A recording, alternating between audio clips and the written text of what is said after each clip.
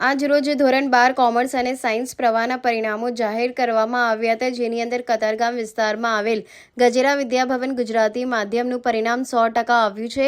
Commerce પ્રવાહમાં 41 વિદ્યાર્થીઓ A1 ગ્રેડમાં અને 90 વિદ્યાર્થીઓ A2 ગ્રેડમાં આવ્યા છે, ત્યારે સાયન્સમાં 1 વિદ્યાર્થી A1 ગ્રેડમાં અને 17 વિદ્યાર્થીઓ A2 ગ્રેડમાં આવ્યા છે અને પોતાનું નામ રોશન કર્યું છે. આ પરિણામ બાબતે આવો આપણે જાણીએ વધુ માહિતી.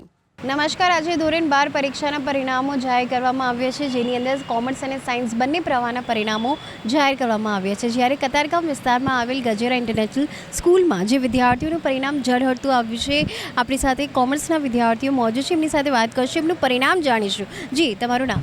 મારું નામ ધ્રુમી મહેતા છે.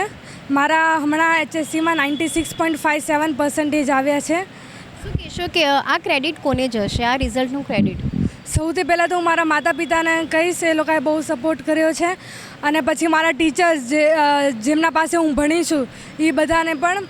અને ત્રીજું મારા ભગવાનને, કારણ કે એમાં લક ફેક્ટર બી બહુ ડિપેન્ડ કરે છે, કોણ તમારું પેપર ચેક કરે, કેવું ચેક કરે, સો એના લીધે પણ.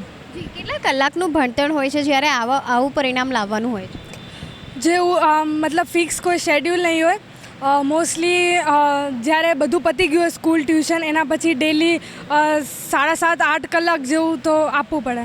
જી, હવે આપણે એક એવી વિદ્યાર્થીની સાથે વાત કરીશું જે ભારત દેશ માટે પણ રમી રહી છે ને તમે પોતાના સ્કૂલ માટે પણ રમ્યા છો અને પોતાના માટે બી તમે સારું પરિણામ લાવ્યા છો. સૌપ્રથમ તમારું નામ અને તમારું પરિણામ. મારું નામ અદિતિ ઉમરેટિયા છે. મારે 84% આવ્યા છે. જી, તમે વોલીબોલ રમી ચૂક્યા છો એઝ અ નેશનલ પ્લેયર તરીકે, તો કેવી રીતે મેન્ટેન કરવામાં આવતું હતું જ્યારે તમે આ બંને ફિલ્ડને કેવી રીતે મેન્ટેન કરી? મને તો થોડુંક ડિફિકલ્ટ પડતું, પણ બંનેને 50-50 આપવું પડતું. ક્યારેક આમ થાય કે આ ન થાય, પણ નહીં, આગળ જવું છે, કંઈક કરવું છે, તો બેને પછી તો આપવું પડે 50-50. તો પછી લાસ્ટ ક્રેડિટ કોને આપશો? ક્રેડિટ પહેલાં તો મારા ભગવાનને આપીશ, પછી સ્કૂલના સર, ટીચર, પ્રિન્સિપલ, જેમનો સપોર્ટ બહુ હતો લાસ્ટ ટાઈમમાં. પછી આમાં સ્પોર્ટ્સના સર, ટીચરનો એમનો પણ સપોર્ટ બહુ હતો. શું કહેશો કે અન્ય વિદ્યાર્થીઓને કેવી રીતે ગાઈડ કરશો કે કોઈ બી વસ્તુ મુશ્કેલ નથી, બધા એ કરવું જરૂરી છે?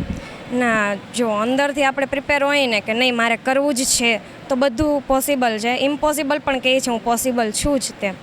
એટલે એવું તો નથી કે કાંઈ ઇમ્પોસિબલ છે, નહીં થાય.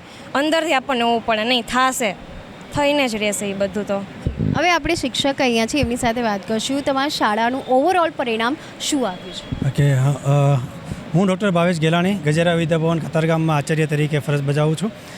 આમ તો અમારી ઘણી બધી બ્રાન્ચ છે. તમામ બ્રાન્ચમાં 1-2 ખાલી બ્રાન્ચને બાદ કરતાં તમામ બ્રાન્ચની અંદર 100% રિઝલ્ટ છે, કોમર્સની અંદર અને સાયન્સની અંદર. અને કોમર્સની અંદર 41 જેટલા A1 અને 90 જેટલા A2 પ્રાપ્ત થયા છે. એ રીતે સાયન્સમાં પણ ખૂબ સરસ રિઝલ્ટ આવી અને આપણે શાળાનું નામ તો રોશન કર્યું જ છે બાળકોએ, પણ સાથે સાથે એવા બાળકો પણ છે કે જે સ્પોર્ટ્સમાં આગળ હોય, અને સ્પોર્ટ્સમાં આગળ હોય તો સ્પોર્ટ્સમાં પણ નેશનલ ને ઇન્ટરનેશનલ સુધી પહોંચ્યા છે, અને સાથે બોર્ડના રિઝલ્ટમાં પણ એકદમ સર્વોચ્ચ શિખર પર છે. એટલે ખૂબ આનંદની વાત છે. અને બીજી એક મારી વાત એ પણ કરવી છે કે આપણે ત્યાં વાત્સલ્યધામ જે ઓર્ફન હાઉસ છે કામરેજ, એમનું આપણે છેલ્લા સતત 7 થી 8 વર્ષથી 100% રિઝલ્ટ આપતા રહીએ છીએ, અને આ વર્ષનું પણ 100% રિઝલ્ટ છે. જે ઓર્ફન બાળકો હોવા છતાં પણ જો 100% રિઝલ્ટ આવતું હોય તો આ બાળકોનો એફર્ટ છે, આ ટીચર્સનો એફર્ટ છે, સ્કૂલનો એફર્ટ છે. જે વિદ્યાર્થીઓ નપાસ થયા હોય, ડીમોટિવેટ થયા હોય, એવા વિદ્યાર્થીઓને તમે શું સલાહ આપશો? હંમેશા યાદ રાખવાનું કે જીવનની અંદર છે ને ક્યારેય કોઈ નિષ્ફળતા નથી હોતી. નિષ્ફળતા આપણે માની લેતા હોઈએ છીએ, એ આગળ વધવાની સીડી હોય છે. એટલે એક બાબતમાં નિષ્ફળ જઈએ અને આપણે નિરાશ થઈ જઈએ, હારી જઈએ, એવું હંમેશા હોતું નથી. આપણે હંમેશા એમાંથી પ્રેરણા લઈને આગળ વધવું જોઈએ, અને આગળ ચોક્કસપણે કોઈ પણ વ્યક્તિ જ્યારે ઠોકર ખાય ને ત્યારે જ આગળ વધી શકે. એટલે એને પોઝિટિવલી લેવું જોઈએ, એને નેગેટિવ લેવું જ ન જોઈએ.